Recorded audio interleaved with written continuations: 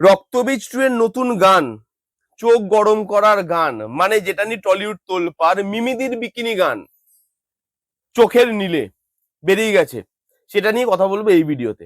আজকে আমি কিছু বলবো না, হ্যাঁ, আজকে আমি আপনাদেরকে এটা দায়িত্ব দিলাম, আপনারা কমেন্ট করে জানাবেন এই গানটাতে এই ড্রেসটা না দিলে এই গানটাতে কি আসতো যেত, এই গানটার মান কতটা উঠতো বা কতটা নামতো।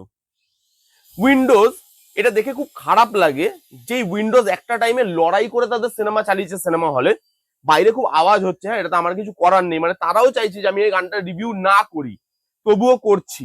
কারণ অনেকে তো বলে ভাই তোমারই প্রবলেম হচ্ছে। দেখুন, আমার না পার্সোনালি বিকিনি নিয়ে কোনো প্রবলেম নেই, কিন্তু সেই জিনিসটাই যখন উইন্ডোজ করছে তখন আমার প্রবলেম হচ্ছে। কারণ এটা সিম্পলি ফ্যান ক্যাটার করা, সেটা আপনি বুঝতে পারবেন দেখে। কেন আমি এটা বলছি, কারণ ওই যে বলছিলাম যে উইন্ডোজ একটা টাইমে লড়াই করে তাদের সিনেমা চালিয়েছে হলে, একটা টাইমে তাদের সিনেমা লোক দেখতে যেত না, তারা লোককে হলে এনেছে তাদের কন্টেন্ট দিয়ে, এই জিনিসগুলো দিয়ে নয়। আজকে বলিউডের মতো দেখে তারা একটা ড্রেস দিয়ে দিল, এবার আপনারা বলবেন ভাই এটা তো বিচ সং, এটা একটা হিরোইন পড়েছে তাতে কি হয়েছে, এর আগে বাংলাতে বিচ সং হয়নি, তখন হিরোইনকে এই ড্রেস পরে হাঁটতে হয়নি। এই গানটায় এই ড্রেসটা যদি না থাকতো তাহলে এই গানটার কি আসতো যেত আপনি বলুন। এটা ফোর্সফুল মনে হচ্ছে না? এটা মনে হচ্ছে না যে ওই সংখ্যক দর্শক যারা সিনেমার সম্বন্ধে কিছু বোঝেই না, যারা সিনেমা হলে সিনেমাটা দেখতে যায় না, যারা সিনেমা হলে যায় ফোন ঘাঁটতে, অন্যরকম কিছু কাজকর্ম করতে এবং এরকম ধরনের জিনিসপত্র দেখতে, সবাই নয়, বেশিরভাগ লোক আছে যারা রক্তবীজ 2 দেখতে যাবে, যারা ভিক্টর ব্যানার্জির পারফরমেন্সটা দেখতে যাবে, যারা অনুপমা ম্যামের পারফরমেন্সটা দেখতে যাবে, যারা আবির দা এবং মুঙ্কুশদার কেমিস্ট্রিটা দেখতে যাবে, তাদের টাসেলটা দেখতে যাবে। এরকম অনেক দর্শক আছে যারা এইগুলো দেখতে যাবে, যারা রক্তবীজ 2 সিনেমাটাকে দেখতে যাবে। কিন্তু কিছু দর্শক এমন আছে যে যারা এগুলো, এই বিকিনি শটটাকে দেখার জন্য হয়তো হলে যাবে। উইন্ডোজ ভাবছে ভাই তাকে কেন ছেড়ে দেবো, সবাই আসো আমার কাছে, সবাই ওয়েলকাম, তার জন্য আমাকে যা করতে হয় আমি করব।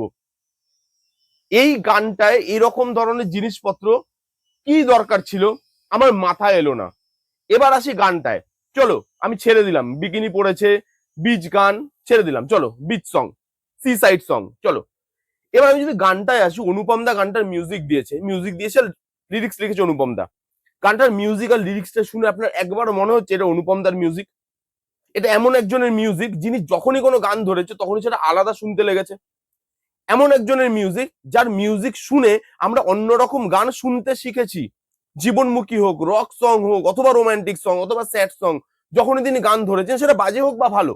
রিসেন্ট টাইমে অনেক এরকম গান আছে অনুপম দা যেগুলো ওয়ার্ক হয়তো সেভাবে করেনি, কিন্তু সেই গানগুলো শুনে আপনি বুঝতে পারবেন যে হ্যাঁ এটা অনুপম রায়ের করা মিউজিক। সেই গানটার মধ্যে একটা আলাদা ভাইব দেয়, অনুপম রায়ের একটা ভাইব আছে, এই গানটার মধ্যে সেই জিনিসটা আপনি পাচ্ছেন। আমি তো পেলাম না বস, আমি গানের খুব একটা বুঝি না, তবুও আমি পেলাম না।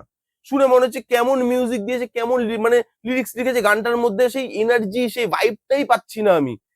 যে কেমিস্ট্রিটা আপনি দেখানোর চেষ্টা করছেন সেই কেমিস্ট্রিটা উঠেই আসছে না গানটার মিউজিক্যাল লিরিক্স এর মধ্যে দিয়ে। গানটা যিনি গেয়েছেন তার গাওয়া আমার ভালো লাগেনি, তার গলা হয়তো খুব ভালো, কিন্তু এই গানটার সঙ্গে যাচ্ছিল না। এই গানটার মধ্যে কি আছে, আবিরদাকে মিমিদিকে দেখতে ভালো লাগছে, তাদের কেমিস্ট্রিটা ভালো লাগছে, লোকেশনটা ভালো, যেভাবে শুট করা হয়েছে সেটা ভালো লাগছে, একটা ল্যাভিশনেস প্রোভাইড করে, সেই জিনিসটা ভালো, যেভাবে দৌড়াচ্ছে ঠৌড়াচ্ছে, কিছু লোক আছে যাদের চোখ গরম করছে, সেই সমস্ত জিনিস ঠিক আছে। কিন্তু আপনি স্ট্যান্ড অ্যালোন হিসাবে এই গানটা একবার ভেবে দেখুন, একটা উইন্ডোজের অ্যালবাম, একটা উইন্ডোজের গান, সেই অ্যালবামের গান কত হিট হয়, কত পপুলার হয়, যেগুলো ব্যাক টু ব্যাক রিপিটে আমরা শুনতে পারি। কিন্তু এখানে আপনি দেখুন, এখানে রক্তবীজের এই গানটা দেখে আমি টোটালি ডিসঅ্যাপয়েন্টেড। মিউজিক আমার ভালো লাগেনি, লিরিক্স ভালো লাগেনি, সিঙ্গিং ভালো লাগেনি, এই যে ড্রেসটা সেটা ফোর্সফুল মনে হয়েছে, বলিউডের কপি মনে হয়েছে, একটা ক্লাসের দর্শককে হলে টেনে নিয়ে যাওয়ার চেষ্টা মনে হয়েছে। বাকি এই জিনিসটা রাখার কোনো দরকার ছিল না, এরকম ভাবে মানুষকে ওই জিনিসটা নিয়ে আলোচনা, এই যে আলোচনা হচ্ছে, এবং উইন্ডোজ সাকসেসফুল, কিন্তু এটা নিয়ে আলোচনা হচ্ছে। আজকে মানুষ বাজে বলুক ভালো বলুক, মানুষ এই জিনিসটা দেখছে। উইন্ডোজের মতো একটা প্রোডাকশন হাউস যারা লোরে একটা টাইমে সিনেমা রিলিজ করেছে, যারা দর্শককে কন্টেন্ট দিয়ে হলে নিয়ে গেছে, তারা আজকে এইসব জিনিস করলে যে কারোর মাথা গরম হয়ে যাবে। বস খালি আমার কেন, এখানে অন্য ড্রেস পরিয়েও গানটা পুল অফ করা যেত।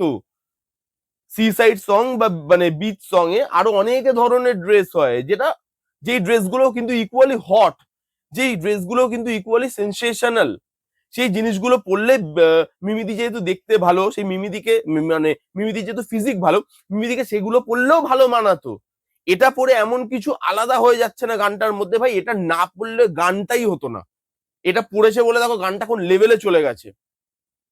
না, আমার ভালো লাগেনি। এবার আপনারা বলতেই পারেন রক্তবীজ নিয়ে শুধু শুধু ইয়ে হচ্ছে, মানে আমি নেগেটিভিটি করছি, এই করছি সেই করছি, ভাই যাই বলে নিন, আমার এই গানটা পোষায়নি।